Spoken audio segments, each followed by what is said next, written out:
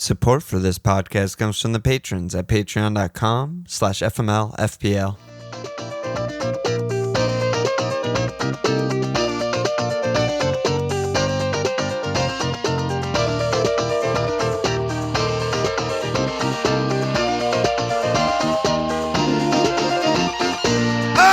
Okay! Welcome to the on. This Walsh. Brother, we're back. What's up, bitch? What's up, baby bitch, baby back ribs? It's fucking wild, dude. Yeah, this is fun. We're back. We're going to be podding a lot this month. Oh my God. I think we basically have a pod and a fireside every week this month. And then the week of game week 1, we're just going to pod twice. Yeah. A lot of action. This nice month off for us. Yes. Needed that. Needed a step away, and now we're back with all of the prices and a choppy website as per. Yeah. But, it looks nicer, though. I'll give them that. It looks way nicer. We must give them the ease on the eyes of the gradients and the lighter color scheme is a masterclass. So they must have hired a new they may have hired a graphic designer. Yeah, who's well, not they never an had intern, one maybe before. An actual. That's for sure. It was all a paint job. MS paint job. But, Paint/preview, yeah. What do you want to get into, baby? Let's start chatting FPL. There's so much action going on here. Okay, so first off... Okay, what is it? This is not really the first preseason pod. We're going to do what we always do. Monday nights, the usual time, usual place. We're going to do premiums, then... mid-tier, and then budget guys, and then the game week 1 pod. This is just a fucking fuckfest reaction pod because the game just got launched like an hour ago or whatever. Not even. So we'll be back. I'm doing a fireside tomorrow, so that'll be maybe out on Thursday. Then we're back on Monday with the premium pod, the first of the like real preseason dive pods. Yep. That one might be the shortest because there aren't a lot of premiums this year. I know. And we know they're basically all known quantities except like Holland. Yeah. I guess we'll be talking about defense a lot. And another fireside next week. So, the fire is coming. Yeah. So, I mean, I think just loosely based on what we have planned, we're going to be doing our normal Monday pods for the next few weeks until game week 1. Yep. And then we'll be doing firesides on Thursday, and then we'll have the first Friday My Life, which will not be for Patreons only. We'll have that for everyone, the day before, or maybe August 2 days 4th. Before. Yeah, either the 4th or the 3rd we'll do because the game there's a Friday game. Right. And then and in terms of the Patreon stuff, everyone who stuck, we haven't raised our Patreon prices like ever, so we were like, all right, we're gonna add like 30 cents across the year by not canceling June. So everyone who stayed with us for the month of June when we took the month off, thank you very much. Thank you. Anyone who wants to get stuck in, game's out now. Obviously, this is the fun, silly season. Discord starts to pop off. Now's the best time to kind of sign up, and your support is much appreciated by us. Good job by yous. And pretty good. Absolutely. Yeah. We're back, baby. Yeah, Feels we're good. back. Feels fucking... Wow.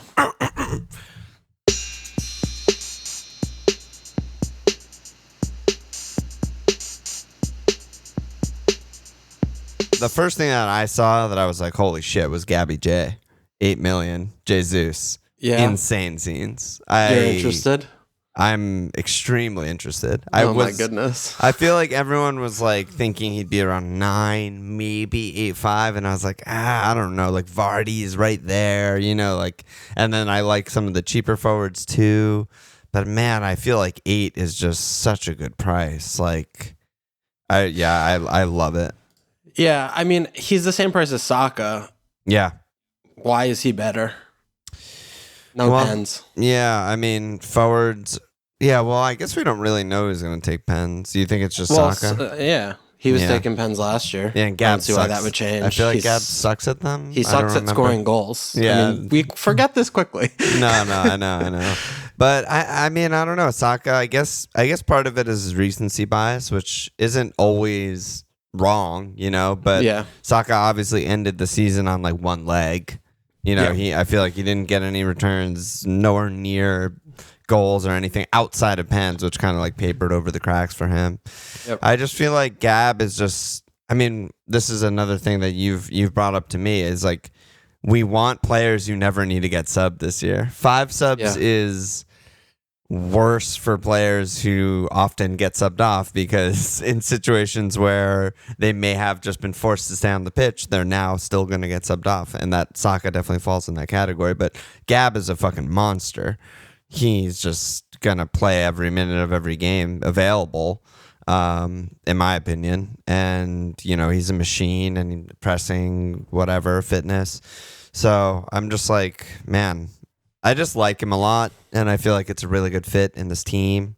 And I feel like he's just going to get a lot of points. Yeah, that's fair. I'm a little more lukewarm on him. I definitely think 8 is a good price. I mean, if he was 9 or 9.5, he wouldn't really be in any teams. But no chance. At 8, you're definitely looking at it, especially with Arsenal's opening fixtures. They have Palace, Leicester, Bournemouth, Fulham, Villa. And that's pretty good opening 5 as far as it comes for attacking fixtures. But, it's still a new scenery, change of scenery, even though, obviously Arteta was there, in City, so they have previous together. But it's, it's a new fit, new players, new friends, new teammates. I'm still, I think, more interested in Saka than Jesus if I'm picking one. But you definitely could make an argument for both, just trying to spike those early fixtures. Both is very real. I mean, the fixtures keep going basically through 8. After Villa still at Man United, don't even know, that might still be a good fixture, and then home Everton at Brentford. I mean, it's not terrible. Mm-hmm. But I think you can make the argument for both. Absolutely, I'm definitely gonna tinker with both. I mean, it's been 30 minutes since the game came out. I don't know. I just feel like Gab is just. We've never really seen a full Gab season. Yeah. We've never seen him play 3,000 minutes, and I feel like he's going to approach 3,000 minutes barring injury. And, he's obviously not going to potentially fight for Golden Boot like someone like a Vardy might, but he's $1.5 million cheaper, and he has double-digit assists in him. Yeah, I think it's difficult, especially with Gab, to extrapolate. He's been playing less minutes on City when they're the best chance-creating team in the world. Yeah. Going to Arsenal, where it isn't as free-flowing. Yeah. What that looks like, don't know. Obviously, we've in our mind palaces kind of seen his movement and his kind of versatility, and imagining that being what would work in Arsenal's system at their 9, and seeing that happen. But he could also just be a movement merchant who's not getting FPL points, and he's making it work, but he's not getting that many points. He looks good IRL, not good FPL, that kind of thing. Yeah, absolutely. So. I mean, and it's easy to say he has 10 plus assists in him because he always has been so good creatively. But if Smith Rowe doesn't finish his 1 shot per game, then that's a lot of minus assists there. Yeah, so we'll have to see. But that was my first reaction of prices we didn't know when the game opens, and just being like, wow, he's 8. I can't believe he's 8. Yeah. Okay. What did you think of while we're on Arsenal, we're going alphabetical here. Let's just be a 5-hour pod. No big deal. Yeah. Looking at, Tomiyasu at 4-5. Of the 4-5s, which there are many good ones, probably the best, Tomiyasu? Yeah, Tommy's really good, huh? Yeah. Until he gets injured. Yeah, well... Still don't really know what the fuck happened last year with that injury situation. I'm out for 4 months later, guys. Yeah, he's not very attacking. I don't want people to think that, you're going to get 8 assists from this player or anything like that. You might get 4. But I haven't really scanned the 4-5 defenders that much, and he's definitely a good one. Arsenal, there's no reason for Arsenal to really take a step backwards from last season, other than the Partey situation could be a situation where that's unfolding. Is there something I don't know about? Yesterday there was an unnamed Premier League player brought in for rape questioning, and there aren't they said that the player's 29 and everyone's trying to sleuth it up, but Partey is potentially the guy. Oh no, not this. All right, so that's fucking horrible. That aside, so I hope that would obviously change speculative, everything. Obviously. Yeah. But that would be fucking bad for everyone in the world. Yeah. But and the other thing I was gonna say is also it's possible that Ramsdale. I feel like we still don't really know that much about Ramsdale. His first half of the season, he was best performing keeper in the league, and then second half he fell off a fucking cliff. So there's also that with their defense, but I still expect it to be like a pretty good defense. Yeah. So yeah, I mean 4-5 nailed is quite a deal. I mean, there are so many 4-5 options in the game. Dunk. Like, yeah, there's Dunk, who's never been 4-5 before. Palace, everyone's 4-5. I'm just scanning Wolves through. has 8 Norris 4-5, who could be a good, attacking option if he plays. Fofana even. I mean, listen, they're out of Europe. They're all 4-5. Yeah, they're out of Europe. Like if they Pereira, come in Castagna, with a fit Justin. back four, like they're gonna be solid. Yeah, decent. they could be solid. Yeah, West Ham have Zuma at 4-5. I mean, they're right. Brentford. I mean, just. You're looking at really just a lot of defender options across the board in prices, except for, I guess, like 5-5. There's like Perisic and no one else. Right. Well, but they're good options. Nailed in my team. Yeah, me too. But there are a lot of really good defender options in general. So, I mean, I guess I wanted to transition to talking about that. There have never been less 4-5 mids. It looks like they tried to price up the bench players and then price down everyone else, sort of, to the looking at like if you have 4-5 mids that aren't playing, that it's going to affect your, kind of trickle down, I think, of how you spend your money across the board. So how are you? I mean, we haven't spent enough time to tinker to really look at this. I mean, I know Harrison Reed's in at 4-5, who I think plays for Fulham. I mean, Kundal's 4-5. That's pretty good for him. Can't go down all the gems. Yeah, there just aren't a lot of 4-5 mids. So I mean, looking at whereas like Cole back, I think will be in like fucking depending on he'll be in like every team. Well, depending on their business. I mean, the window's still open for a month or two. Right. But I mean, you're obviously going to be able to get 4 or 5 bench players in defense. I mean, is this their way of trying to get people away from 5 at the back? I mean, what do you think is the reasoning? Yeah, I mean, I haven't thought about it. Like, I don't really know what they're trying to do because they didn't change the scoring in any way, as far as I can tell. Yeah. So there's no, like, we're not getting rewarded for going for a 5-0 defensive mid. They're still just, like, the worst picks in the game. They just cost by 5 more. Yeah, like, it's still a joke. They're not going to get any points. They suck. So I don't really understand what they're trying to go for there. Maybe they are trying to combat 5 at the back, but it's just like there's so many good defenders. Yeah. There should also be, more subs 1-pointers than ever. Like this should be by far the least amount of times our player doesn't start because they're a surprise rest and they actually don't come on. Yeah. With 5 like that. The bench is actually matters less. The least important ever. Yeah. The least important bench we've ever had. Absolutely. Yeah, because I mean, like you said, like there's always going to be a time when, Cancelo gets rotated, whatever, your City guy or someone else, but the odds of them coming on are just so much higher with 5 subs. It's just crazy. You could change half your fucking team. Yeah. So yeah, I don't really know what they're going for. I'm obviously nowhere near any of these 5-0 DMs. They're fucking useless. I'd rather have 0 points. I'd rather have a 0-pointer. Absolutely. Not even 5 close. at the back is really easy to put together with Mo and whatever City premium you want. I feel like they were pretty generous with most of the prices. There's not that many guys where I'm like, he's way too high. Yeah. That just didn't happen. Yeah, I mean, I think Kane's probably is the only player in that category for me. What is he, 12? 11, 5? I don't even think that's unreasonable. I mean, he's still fucking Kane. Like, he could just score 26 goals and everyone would be like, yeah, Kane. Well, not the way he's played last year. I mean, that's just nowhere near 26 goals. He had a down year. But I just think in terms of him, looking at him or Son, because, you're probably not going to have both unless you're trying to do some risky thing for a small window. You're never getting Kane in and capping. It's 0.5. Like, there's no point. I think he should have been like, there should have been like a 1.5 million difference between those two players for it to be a question. Yeah, I mean, I have like a different take on who's overpriced, and to me, it's the guys who had the best career seasons by large stretches and get like price Kev. hiked, like Kev and Son. Like, they're like Kev was the highest over his XG in all of Europe. It was like a ridiculous, unsustainable. Only Messi ever does this thing. Like, he's not going to be on pens for sure. it's just like he's not scoring 15 goals. Like, I'm sorry, that's just like not in the cards, And he's 12. It's just hard for me to go there. And then, Son, great player. Best year of his career by far. Stayed fit all year, which is like not normal for him. He goes up to 12. I'm just like, all right, well, if he's on ridiculous fire doing what he did last year, I'll readjust. But for now, I'm like, I'm not buying this when the stock's at its absolute highest. Yep. Which is what they are. So yeah, I agree. And I mean, it's also, we only captain one player a game week. So when we have Mo and what he looks like at the beginning of seasons, at least looking till, October, November time when whatever, maybe things are different. But initially, it just doesn't make that much sense. Yeah. Yeah.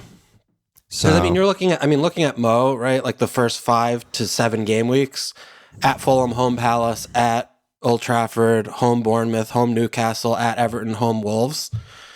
I mean, you just captain, set and forget. Sure, you could nitpick with, City have a better fixture here, or, Spurs have a better fixture there, maybe once or twice. Yeah. But Mo's the best player in the game. Like, is that difference plus the risk factor of getting like Haaland, who, we don't know how he's going to hit the ground. Right. It just looks like to me, set and forget on Mo with the captain initially makes it so much less important to get 12 million Kev or 11.5 million Holland, 12. Yeah, I don't know. That's where I'm at right now before preseason started, but yeah, and I mean, I love the idea of Vardy. I mean, that price is so fucking tasty. Yeah, Vardy's in my team. He's second to Mo in goals per 90 last season. People forget that, like, when he was fit, he was still Vardy. He was still Vardy, a machine. Still like, there's really no reason for his price to go down. There's really none. It should have. He got hurt. That's it. It should have stayed at 10.5. Yeah, he's going to earn that. The only thing that happened last season is he got hurt. Anytime he played, he was still fucking incredible, and they dropped him by 1 million. Yeah, he has some really good fixtures. I mean, is absolutely there a world where you think you don't go with Haaland or Kev? Yeah, I have triple defense in right now. Wow. I mean, I just am looking at it thinking I'm not going to captain the player over Mo, and I don't know how Haaland's going to settle. Right. And I mean, sure, I'm going to be shitting it the first few games when Haaland's in like 45% of the teams. Yeah. But, and when he's just home Bournemouth in game week 2. Yeah, I mean, he might score 17 points and I don't get them. Yeah, yeah. But I mean, that's possible. And I might change my mind. Again, like once preseason starts, if he's just like a monster scoring 2 or 3 and shit, and it's just a joke, then I'll probably go, sheepishly go there. Right. But my thinking right now is very much that. I don't know how he's going to settle in the team and the system. We know how difficult that is traditionally for Pep players that come into Pep's system initially. And people, well, who's going to play striker? I mean, the fact that anyone even asked that question, I've seen it, is mind blowing. They just played walk the league basically without a striker on their fucking team. So for all those reasons, just looking around, I like the defense, right? I mean, they started off last season cleaning, walking every game. Their fixtures are they only have 2 bad fixtures all year. Yeah. So, you expect them to clean, more often than not. And, there's a lot of value there, I think, in the defense. So who do you have? Well, obviously Cancelo. Are you on Eddie? No, so I don't have Cancelo. I have Laporte, Dias, and Ederson I put in. Weird. Really just from the money standpoint. I mean, I don't know. I might fuck around. I just did it quickly. And I could easily get Cancelo for either of the center backs if I want. I just think, he's worth $1 million more than those guys. Like he outscores them by whatever the conversion rate is from £1 million to fucking the points you score. It's worth it. He outscores them by a lot. Yeah, it probably is worth it. It just really depends on who the midfielder is I want. Like, I put Bruno in just because I was like, I have 10 million. I'll just put Bruno there. Yeah, hold them in there. With Ron gone, I could see that being a thing again. But is Ron gone? Dude, I'm so behind on the fucking news.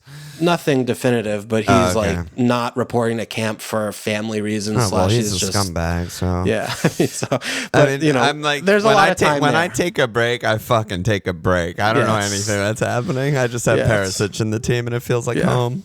Yeah. But Dom Solanke. Yeah, I mean, I could, Solanke's in, but I could do something like that. But what's your thinking with Haaland? I mean, do you think you'll just put him in because he's going to be good and everyone has him kind of thing, just as defense? Yeah, I kind of just have him in for now because I'm like, good enough fixtures. Don't need to cap him. I like him being cheaper than Kev. Like I'm not gonna go for Kev out the gate for all the reasons I said before. Seems good, good fixtures, but my team is really unbalanced. I mean, this is a 20-minute tinker. Like I don't even know what the fuck this is, but it's just like I'm in like a 5-2-3. That's what I have. But it just feels ridiculous. Like mids are the best in the game. Why do we have two midfielders? Like they're always the best position. I mean, they are, but initially I just don't think they are. I think they really are rebalancing with the pricing because, I mean, last year there were a few 200-point players in mid, right? But then you have this huge glob kind of between like 180 and 140 and they're all, I imagine that we're going to have similar, and those guys are all like 8 million range this year. They're like I think 6'5" to 8. Yeah. I mean, I think that but you have like Ward Prowse who gets an outlier with all those pens. I don't think that's repeatable, stuff like that. But I think that the forwards are back on the menu. I totally agree. Yeah. Forwards are back on the menu, but that doesn't also mean that I want to only have two mids. Both things can be true. So it's like, no, that's fair. I look at this team and I'm like, I like all my picks. I like them a lot, but at the same time, like I have Mo and Diaz are my only midfielders. I'm just like, this is fucking weird. Yeah, but I mean, you're also easily like, Nico Williams in at 4 million is an interesting one. It seems like he might go over to Forest, and he's, in terms of just a shield on the bench to go with, if you're going to have a 4-0 defender and 2 4-5 mids, you could easily switch over to 4, to 4-4, to 4, whatever the fuck, 4-3-3, 4-3-3, 4-3-3, and put in Rashford or take a punt on, or Zaha, get Rafinha, one of those kind of guys, but. I think that the 6'5" forwards, 7 million forwards, like those are the guys that are going to be playing 90 minutes, like best players on their team. There's a couple of mids like that. And they don't get subbed off. They don't get, I mean, there's a couple of mids like that, right? We have Zaha, who's, at 7 million is, I think, a fine pick. Yep. There's one or two that you could look at in the same light, but in terms of the flexibility. The 8s are still good. Like Saka, Mount, Matto, Diaz, like Kulu, Bowen, even Coutinho 7 I thought was kind of interesting. Yeah.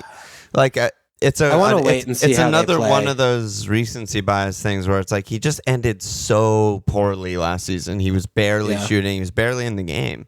But now they have an actual DM. It's like, okay, maybe he'll be forward more. There's just guys like Harvey Barnes 7 is pretty interesting. Yeah. I mean, Foden, Mara is both 8 too. I mean, we don't know how that's going to shake yet. If Raz goes somewhere. Yeah, if Raz and Gab are out, like who's Mars' competition for the right side? That's very interesting. Palmer.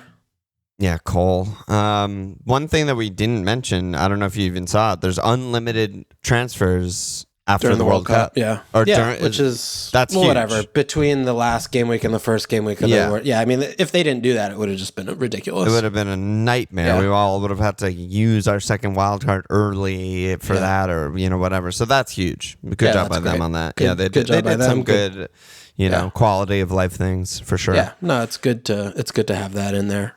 Yeah. So what about, I mean, I think that it was a little bit quick, though, dismissal of Kev, because, yes, he had a bunch of goals last year, but, his assists were a little bit down. Yeah. I mean, sure, he overperforms his XG, but, and we can always say, like, only Messi does that, but he's still, a top 5 player in the world. So, of course, it's not like Neil Maupay overperforming his XG and it's going to come crashing down.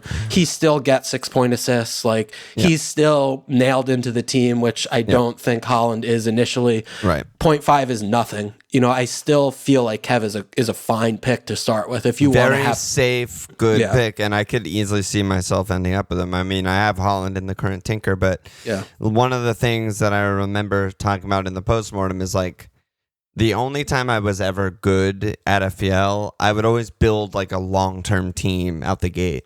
And then like over time, I started doing what other people were doing and early wildcarding and trying to build for 3 fixtures or whatever. And that shit has never worked for me. I've never had a good season when I've done that. But so like Kev fits that like long-term strategy if I wanted to do that. Just so safe because even though he's not going to score 15 goals, he could just get 20 assists. So it's still just like great.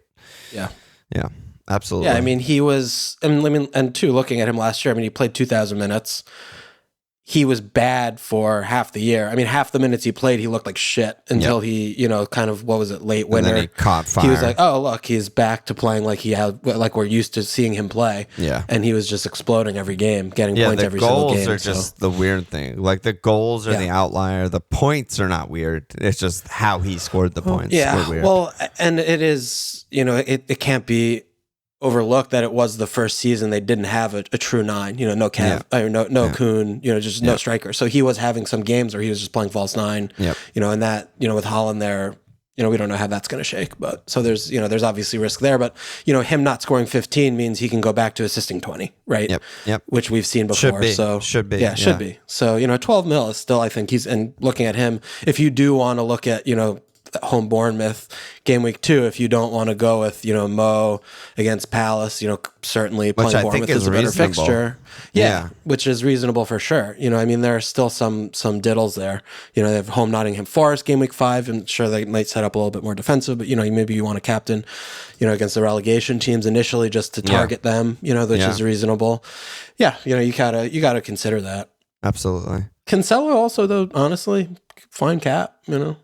Yeah, he's great. He showed himself to just be a consistent great cap last year. Yeah, and those home bankers, an assist game for him with a clean is a bone, Yeah, it's a huge haul. I feel like he had that so many times last year, just like 12, just like perfect. Yeah. Great job. Why don't we talk a little bit about Liverpool? I think the Diaz 8 million price also kind of caught everyone off guard. I was expecting him to be more around 9.5. Me too. Yeah, 9.5. So how are That's you exactly seeing that? what I was thinking. I have him in. I think I have what would be like the chalk Liverpool 3, which is Mo, Trent, and Diaz. Okay. Mo, we don't need to talk about. Trent is nailed to my team.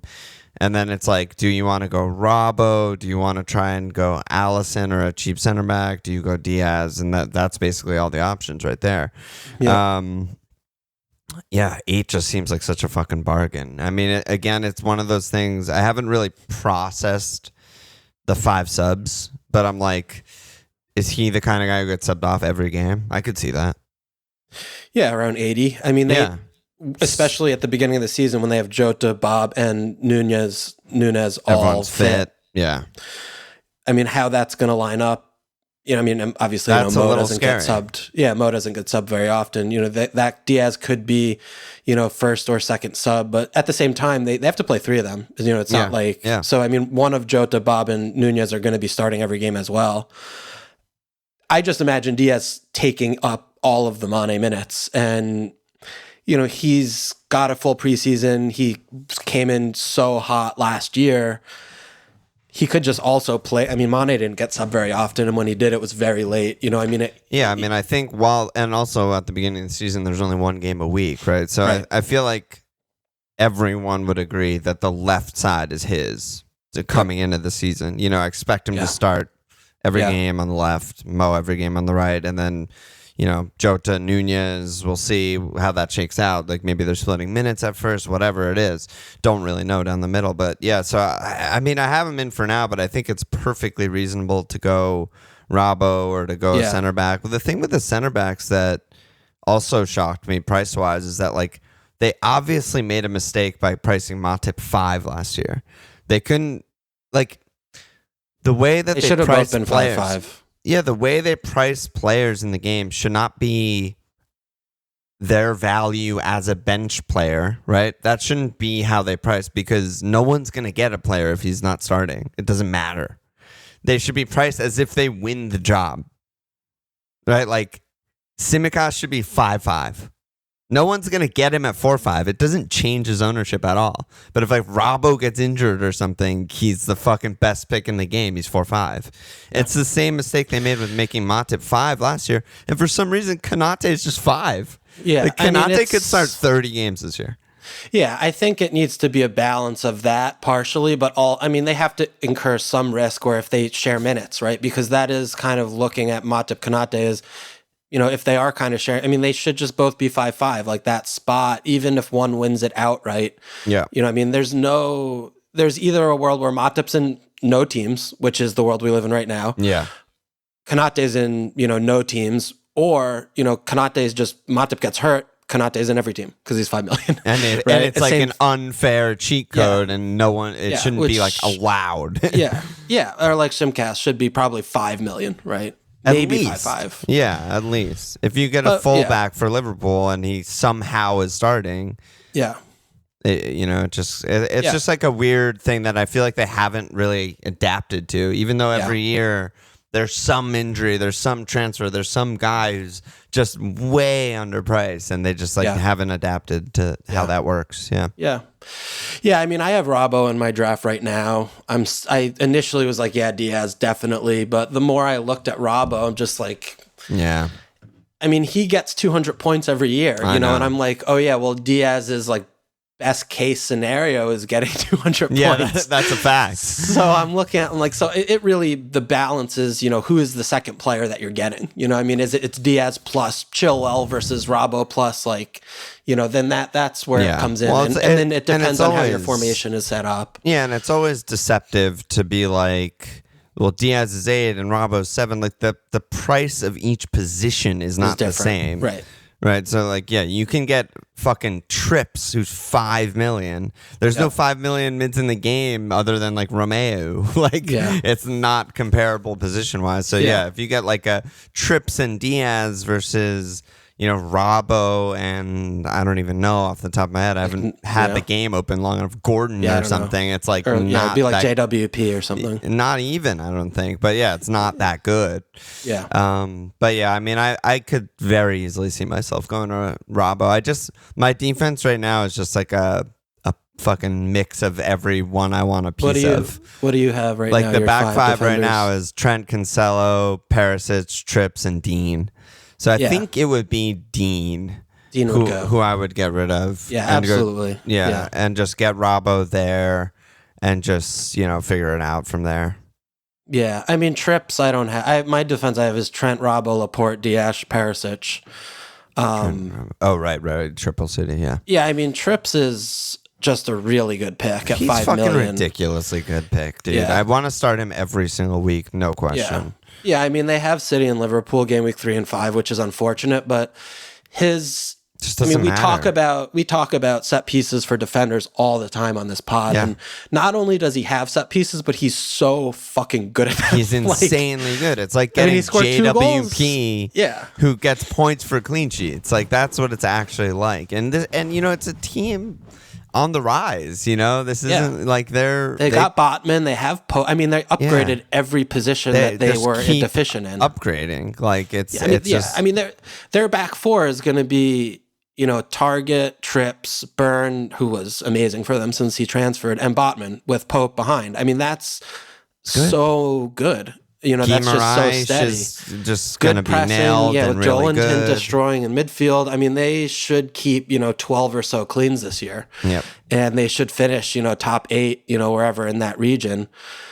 Scoring goals is probably, where we need to have some imagination. They should struggle there. They really only have Callum as a proven goal scorer, and he can never play more than 1,000 minutes a year or whatever this day and age. But defensively, it just looks like those are good picks, and they're going to improve this year. And at $5 million, I think Trips is just a really nice pick. I agree with you. I could see him. And again, with the set piece thing, right? It's also not just assists. Like he came in and scored goals. He scored 2 goals in like 5 games. He took like 4 set pieces total, and he scored like half of them. It's such a weapon. So that's a guy I want to start every week. I don't give a shit if he's playing City and Liverpool. You never know when the goal or assist is going to come, so you just start him every week, and it's just like it's just too good. He's the type of guy I'm just like.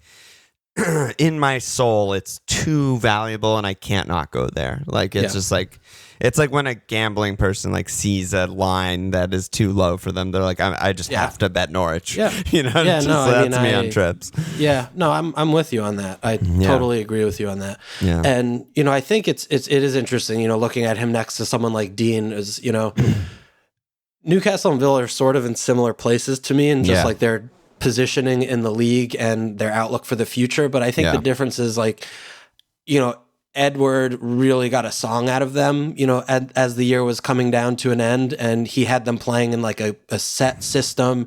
Everyone knew their jobs and they were turning really good results. Whereas Stevie really just wasn't doing that. Not to say it was his fault. They didn't have a DM on the team, and they do, they do now. They should improve, based on the squad they have, Villa, but they have, with Cash and Dean at $5 million.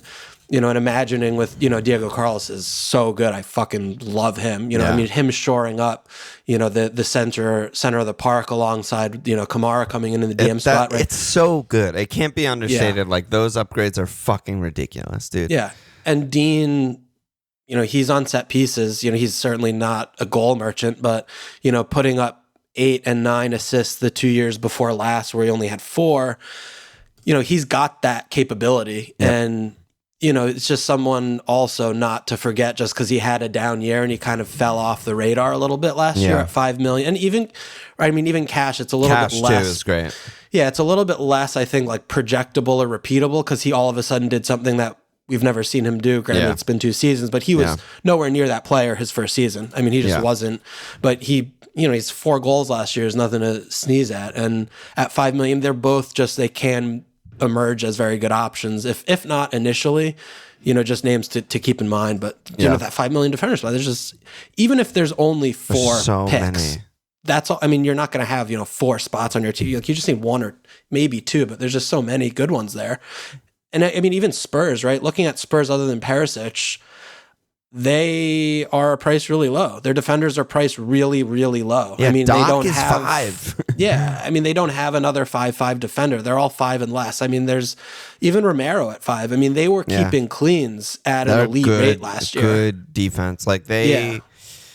Yeah, I want to transition from this, actually, because the one place I don't have representation is I don't have Chilwell or Reece. Yeah, me too. And I think that is, that's like a hot take. I think everyone like immediately has one of them. They're priced favorably. Like, 6 is totally reasonable for the player. But when I compare them to, say, a Perisic, I'm just like, I don't fucking know what this Chelsea team is. They lost their by far best defender, who played every fucking game in Rudiger. They lost Christensen, who played a ton of fucking games. They're probably going to lose Aspil, who played a ton of fucking games. Thiago Silva's 95 years old. Like, Conte's another year older. Jorginho's another year older. I'm just like, new owner. There's a lot of turmoil. There's just so much. Where, like, Spurs, I'm like, I know exactly how they're going to play. Yeah. They've improved in every position. They're bringing in Longley, who's going to play over Bavis. Like, they're just really good. Like, I feel like Spurs are just really good, and Chelsea are much more like not really sure. Before they randomly like win the Champions League with the best defense in the history of football, Tuchel was not like a defensive manager. Like, his Dortmund teams were kind of bad at defending. They were just kind of like a crazy would let 2 up transition. And just win 4-2. Yeah, like, so. Well, there's also this talk that he might be transitioning to 4 at the back here.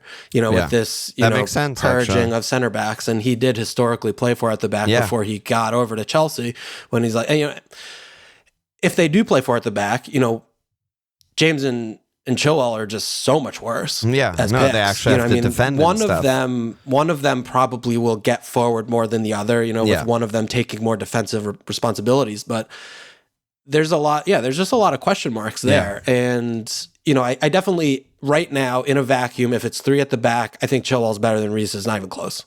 I don't think that's not even remotely a close call in my eyes. We're also so biased, so I can't even voice my opinion. I agree, but I'm like, I don't even know. But honestly, it is based on, granted, it was like 6 games last year, but he fucking scored a goal every game he played. I know. He just scored a goal every game. He was getting in the box, scoring goals every single game he played. And, he's kind of been doing that, with them. Whereas we watch Reece, he's just kind of like, he had 14 returns last year, which is insane, but he's a bastard, man. That, irregardless of that, they still, you look at all their fixtures are green because there's so many bad teams in the league, but at Goodison, game week 1's, clean as, maybe. Home Spurs, not a good fixture. At Leeds, game week 3, not really that good of a clean fixture. Home Leicester, maybe.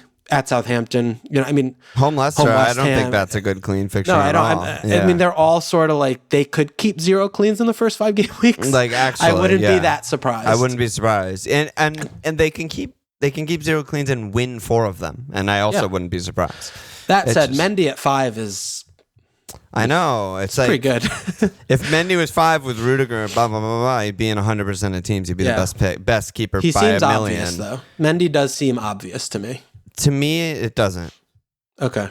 Because of everything we said before, it's not like you get attacking returns and stuff like that from keeper. It's not. This isn't Chilwell being underpriced. It's like they're entirely reliant on keeping cleans or not. There's nothing else that matters for the keeper. It's cool that he's good, but like if the team isn't that great at keeping cleans, it doesn't fucking matter that he's 5. Like, I don't know. I haven't really looked that way, and I don't know if I'm just like way off the mark and Chelsea are just going to be the 3rd best team in the league again, and I'll have to adjust on the fly. But right now I'm just like I don't really see it at the back right now. I just don't think they're going to be that good a defensive team. Yeah, that's possible. I mean, I have Eder. I mean, I don't. That's all this said. I didn't put Mendy in my team. Yeah. I think we're gonna have to wait and see. The window's still very wide open for Chelsea. What they have right now is very far from the finished article of what they're gonna have when game week 1 is approaching. So we'll have to see. We'll see, and we'll definitely be keeping an eye on preseason, how they're lining up in their formation. So we'll go there. But I mean, the thing is, you look at their team and their construction is they have a fucking shit ton of midfielders. So playing less midfielders in a 5 at the back system doesn't make any sense for their squad right now. So again, granted, outgoings can still happen. This can still morph and change. But we'll see. We'll see. Yeah, we'll see. Okay. All I know is Solanke's nailed in both of our teams, so that's good for us. Yeah, I mean, my front line right now is Solanke, Mitro, and Vardy. I mean, it's kind of piggybacking off what we were talking about last year and just kind of looking at the forwards, but I just see such a glob of like non-premium middling, other than Vardy, who I think, should hit the 200-point mark, assuming he's fit, which he is for game week 1, so I'm just going to go with that. Yeah. Being underpriced for what he's going to return at 9.5. I just see all of these forwards from like 7.5 to 6.5 as just kind of a mess. But I still think that there's going to be 150-point players in there, 100%, assuming fitness. Yeah, and Solanke and Mitro just fit that profile of they're going to play 90 minutes every game. They're going to be on pens. That's 4 free goals a year, so you don't have to do too much to hit that, 14-ish goal season, which, grant they, you chuck in a few assists and that's, 1 in 3, a 1 in 3 kind of player, should be good on bones, as strikers. And, I just see those as picks that I don't want to be like, oh yeah, Ollie has 3 good fixtures in the next 5. Let me get him. And then he just blanks because he sucks ass. Yeah. Like I just want to get, I think Tony is close here because, when they started playing a little bit more attacking with Eriksson, they got some creative but types in. Eriksson's with gone, right? Eriksson, but they got Keane Lewis Potter and they got the other wing back who should help. I mean, I think that they, if they're not playing 3 at the back as much this year, which looks like he's going to be trying to do that. Yeah. At $7 million, he's just, obviously he's not like a guaranteed thing, but he's also not expensive, right? But he's playing 90 minutes every game. He's on pens, and they got a lot last year somehow for as little of time they spend in the box. He's only 0.5 more than Mitro. That kind of thing. Where he fits reasonable. That. Yeah, he kind of fits that. But I just want to get someone in there who's just going to play 90. Kind of don't have to worry about who they're playing against. Just going to get a couple chances a game. Bury some, blank a bunch, score some goals. Do whatever and just fill that need. Versus getting players like that. I mean, I'm seeing like Neto. I'm seeing like Martinelli. What is the fucking deal with people getting Neto? Yeah, can you explain Trossard? This to me? There's just a lot of these 6'5" range players. I'm seeing a lot of teams who just are so much risk, and I feel like their ceiling is the floor of these strikers. And I just don't. I'm not like. I'm and again, this is my initial reaction looking at the prices, and this could change. But yeah, I mean, I think Neto is just more. He's obviously a really good player. He's really good, and he's priced to buy, but Wolves fucking suck. He's not even like nailed. We have no idea. He's not nailed. We don't know what kind of minutes is even going to do. Yeah, we don't know what kind of minutes he can handle. I think it is just looking at there aren't a lot of 5-5 attackers. Period. And, the few that there are, have their flaws. I mean, I think Aaron Gordon's a reasonable pick. I have Gordon in my team. Gone. I actually have Gordon in my team. Yeah, I think he's definitely reasonable there. But yeah, I mean, Neto just looks like someone who, again, right, preseason might, assuage these fears, but he looks like someone I'd rather monitor and wait until it's like, okay, he's starting, he's fit, he looks like the player we remember him being because he played, 4 games last year. And Wolves are attacking. I would like to see that too. I would like to see Wolves scoring goals. I don't necessarily care if they're attacking. It's more because Neto can hit on the counter. It's just, is he fit and does he look good to me a little bit more? Because, it's then we're talking out of both sides of our mouth, like, Scotty Parker and Bournemouth, they're not going to be attacking. They fucking suck ass. Yeah, true. But they're also not going to lose to 0 every game in the season. They're going to score, 40 goals this year. And I think Solanke is going to be part of like half of them or whatever. Even if they score fucking, what did Norwich score? Like 20 something? Like if Pukki still gets 150 points and scores 13 goals, like exactly. That's just how it goes. Yeah, I'm with you. I'm with you on all those. Yeah, man.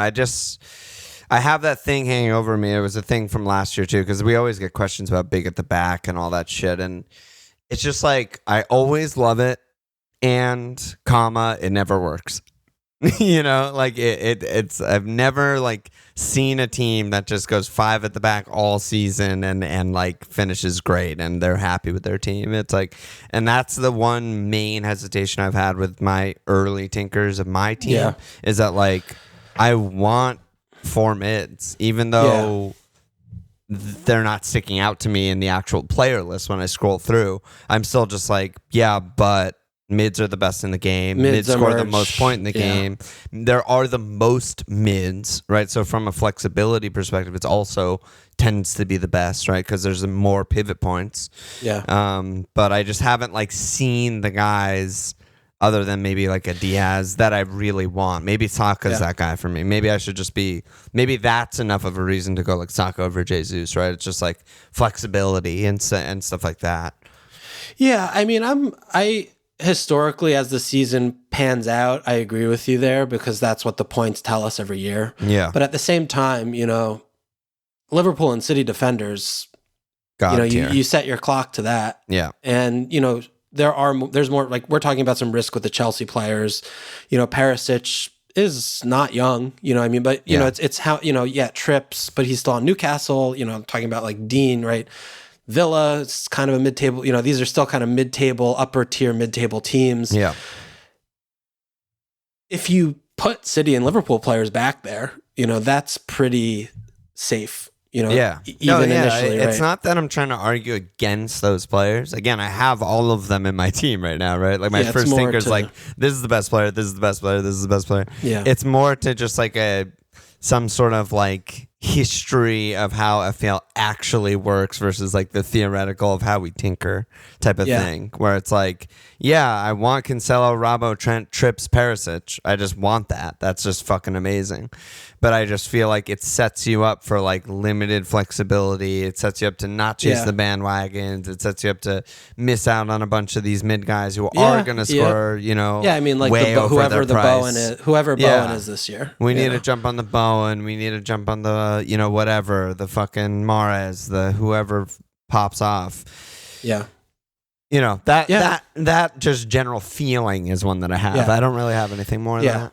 No, I mean, there's definitely something there, and which makes getting Nico Williams, assuming the transfer goes through, just to put a 4 million defender in there, just from that standpoint, might just make sense to do. But we also can just be more aggressive early on, right? We could start with whatever and just wildcard game week 2 if we need to, or take a big hit or a -8 with save and take a -8 to get to make a 2-player structure change out of defense into midfield.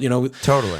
I think it's you just have to take it as it comes. Yeah. And it's also a personal strategy thing, right? So like as you're saying that, I'm like, totally viable, reasonable.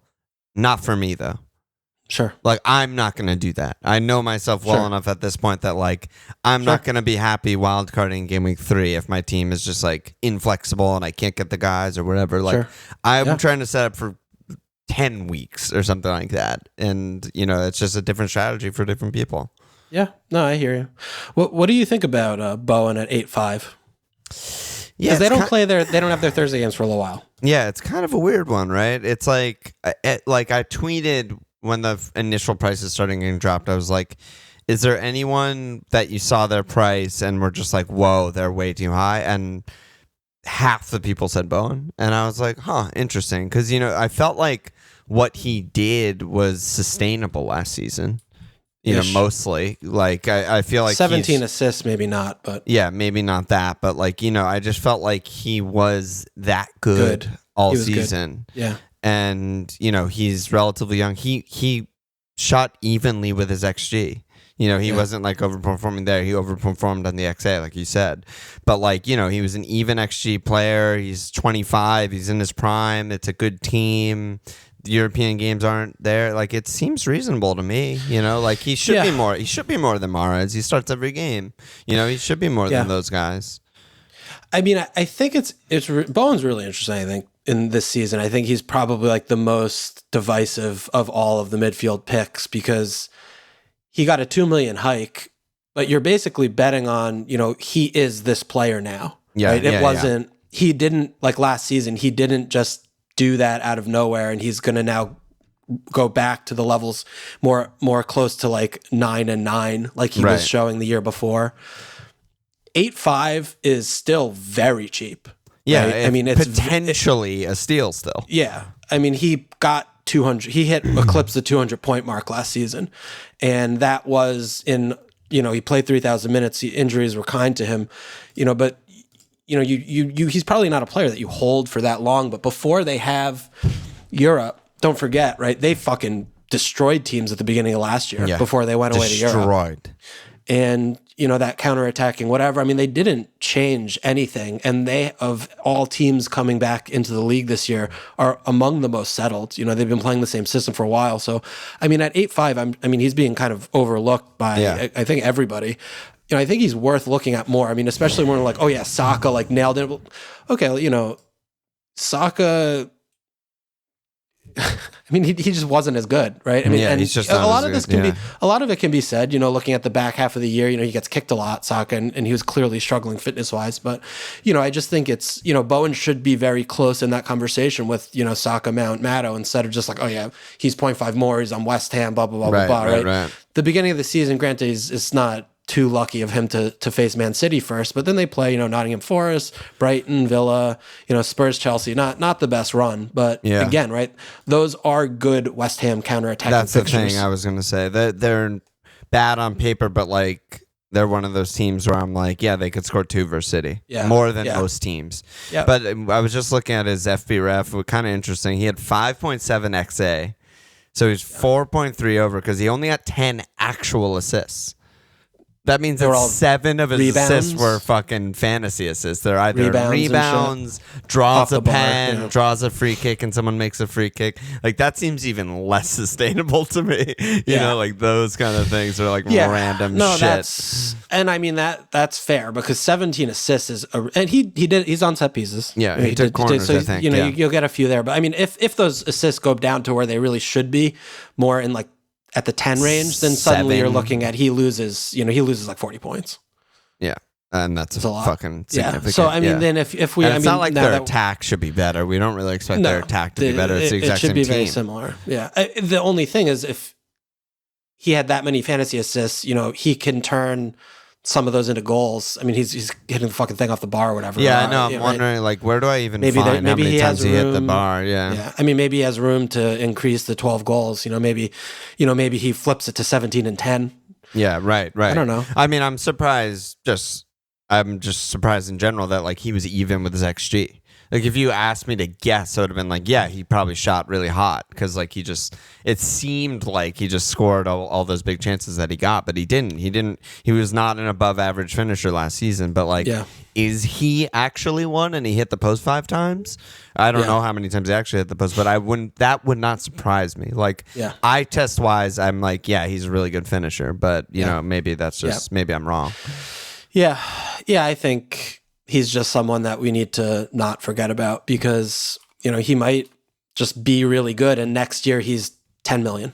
You know what I mean? That could be the trajectory that he goes on. And people are just kind of still like, oh, he was 8-5. I should have just had him at 8-5. Right. Kind of a thing. Yeah. You know, I could see that come game week like 9. And I did want to spend just a few minutes on Bruno, you know, at 10 million. What do you think there? I mean, he got a 2 million price deduction, you know, after he was 10-5 after his initial season. I mean, he's never been this cheap except for when they mistakenly, you know, price to money got transferred in. Under Ten Hag, you know, looking at maybe playing, you know, with him maybe more in the hole, less as like kind of that free 8, whatever. If Ron goes and he's back on pens, I mean, he could just be back to 200 points again. He might just be like an auto pick. That is very, very realistic, I think. I mean, he still got like 10-6 last year on like a disaster team, like the worst Man United team I've ever seen. 10-7, yeah. Yeah, he's under. He missed 2 pens. Missed pens, under on his XA because no one could fucking finish on that team. You know, they're basically down a man with Ronaldo. It was just like a complete nightmare in every way. I mean, he's still great. He's still so good. Yeah. And I mean, I think Ten Hag will act like they didn't really have a manager last season either. Like Ralph isn't a manager. Ole's they didn't not a have manager. a system. No one had no one knew what they were supposed to be doing. They did different shit every fucking game. It was a mess. Yeah. And I think we learned last year that like whatever Ralph was trying to do with Bruno, like isn't going to work. And he's one of the rare players that, even though he offers no defensive shit whatsoever, it's worth it because he offers so much attacking. Yeah. Like he just so much creativity, so much passing, so much scoring, so much threat. So yeah, I mean, I hadn't really seen he's 10 mil. I'm kind of surprised he's 10 mil because he's like that close from being 12, right? If he's just like on pens and they get 8 pens. But I mean, last year, right? I mean, I think this is too, right? We forget about this, but like this is a player who we know is an elite level, has proven a very good FPL pick in his 3 years, 2.5 years, whatever. But he was 12 million going into last season, and he was in every team, 100% of teams, every single team at 12 million. And you know, now that we know, well, this is again, you know, big assumption that Ron's gone. If Ron's there, I want nothing to do with him. But if Ron's gone, you know, looking at him at 10 million, I'm just very interested in that. You know, still not knowing what kind of business they still do, but with Ten Hag, and also knowing that there's going to be some growing pains, his just floor, I think, is really high. You know what I mean? Like last year, it is. The absolute worst, everything went wrong that could go wrong season, he still got 150 points. You know, I don't think he's going to be that bad again. I just don't imagine that happening. I just think 10 million, there's value there at 10 million. Right. I also am really interested in Rashford at 6'5". Dude, that is one of the craziest prices that got released. I mean, it's just, who is Rashford? Like, no, that's something I think no one. Yeah, we don't know if he's a wide forward, if he's just a 9, if he can do anything other than counterattack. If he's we washed, don't know. If he's and he always got that kind of like Man United helium pricing, and they finally seem to just have stopped doing that because it's dumb. Yeah, I guess like the more people that play the game, the less like English Man United fans there are, so they don't need to do that anymore. But you know, I mean, his highest ever is 177, and he had 17 and 8 that year a few years ago, right? Yeah. He's still, 17 goals, open play goals is a lot of open play goals. Yeah. He's still 24. How he's still really young. He's been played, to the bone. He's clearly not been fit for a while, but he just had a long break. So he's someone I think that's very interesting to monitor during preseason, where he's playing, how much he's playing, how he looks. Again, if Ron goes, this is a threadbare squad. They need to have, they're going to have some incomings in the next month before, game week 1's August 5th. But, Rashford could be a really good option at 6'5". Yeah. Yeah. No, absolutely. I mean, imagine trying to tell people a few years ago that he's going to be 6'5" and in 0 teams.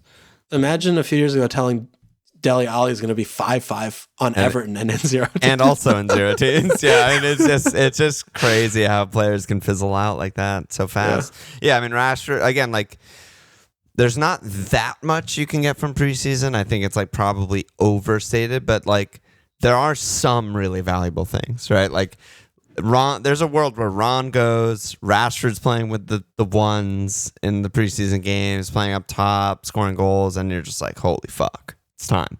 That's definitely like a monitor type of situation. I think preseason games start really soon. Yeah, they have started already with like shitty. Like I know we played like Accrington Stanley or something. Right. I think that's an interesting thing to just note. What can we learn from preseason? Yeah. I think to me the things that I look for is formation. Yeah, and individual kind of fitness minutes, like levels, and who's playing with who, because they do kind of have A and B teams. You kind of can see that emerging as the preseasons kind of come towards an end. And I think especially closer to the last game or the last 2 games of preseason is to see, you get some inkling and some ideas. But I think the formation and the position are the most important things to me to look for, because that isn't something that just kind of chops and changes game on game, right? Ten Hag's going to probably want to start and end preseason with the same formation. Maybe little diddles here or there. Yeah, that's little tweaks exactly or adjustments. Right. Yeah, I expect a 4-2-3-1, and I expect Bruno to be in that 10 right behind the striker, and that's where we want him. And I'm just like, yes, that's where he scores points. Yeah, the one thing I'm a little bit unsure of is, where does Eriksen fit in here? I don't know what the fuck they're doing with Eriksen. I mean, they're still clearly fucking brain dead. No idea what they're doing with transfers. Like, they have no fucking idea what they're doing with transfers. They're really supposed to have this plan. They're supposed to trust Ralph. Whatever, they come in, they're just looking at Ajax players and former Ajax players. That's all they're doing. It's like with Marsh and buying all fucking Red Bull players. It's the same fucking thing. They have no fucking idea what they're doing. So obviously they're still a fucking mess. But luckily for fantasy, we don't have to care that much about that. We can just get the points or not get the points. But I don't know what they're doing with Eriksen. I don't think De Jong is like the right move for them. Etc. But yeah, that's true. That's true. If Eriksen plays, I hadn't really thought of that. But you can't play like Bruno, Eriksen. Like, how many fucking 10s can you play who don't defend when you already don't have defensive midfielders? Yeah, the only thing I can kind of imagine is that they do go 4-3-3 and they play Eriksen, Bruno, Sancho, Rash, 3 of those 4 across the top, because Eriksen can still press. He just can't track back. He pressed a lot last year for Brentford. Okay. Yeah, I don't really know what the plan is there. We'll have to see how that unfolds. But Man United Sancho 275, right? They're priced to buy, the Man United players, except for Ron, who's fucking scumbag, piece of shit, worthless player. But right now, between Rash, Sancho, Bruno, I'm sure Eriksen won't be expensive. They might just be a mess and not be good until February. I could see that. Totally. They might not be good all season. Yeah, they might not be good all season. And, there's certainly a lot of risk there because they might not function. But again, with looking at Bruno's, they didn't function last year, still got 150 points. Yeah. And if Ron's gone, still on pens, plays 90 minutes every game. Yeah, you set your clock to that. That's a very nice thing to have. Like, if you just extrapolate that out, right, and let's just say they're just as much of a mess as last season, which is pretty much impossible because they were that bad. Yeah. But Bruno just plays, just the same level as last season, but he's on pens. Let's just say he gets 4 or 5 pens, whatever they got. And he doesn't miss them all. Yeah, like that's already like plus 30 points or something like that. Like, that's a 180 season. That's fine. That's good. That's 10 million. For 10 mil, that's good. Yeah. It's very, very easy to imagine that happening. Yeah. All right, bro. I think maybe we'll start rapping. Yeah, I think so. I think it's time. And then what do I say at the end again? Check us out, Babadappadoo at FMLfield.com. Follow us on Twitter at FMLfield. Support us at patreon.com/FMLfield. You remembered. You just had to start. I know. And the muscle memory came back. Yeah, exactly. Manchurian candidate over here. All right.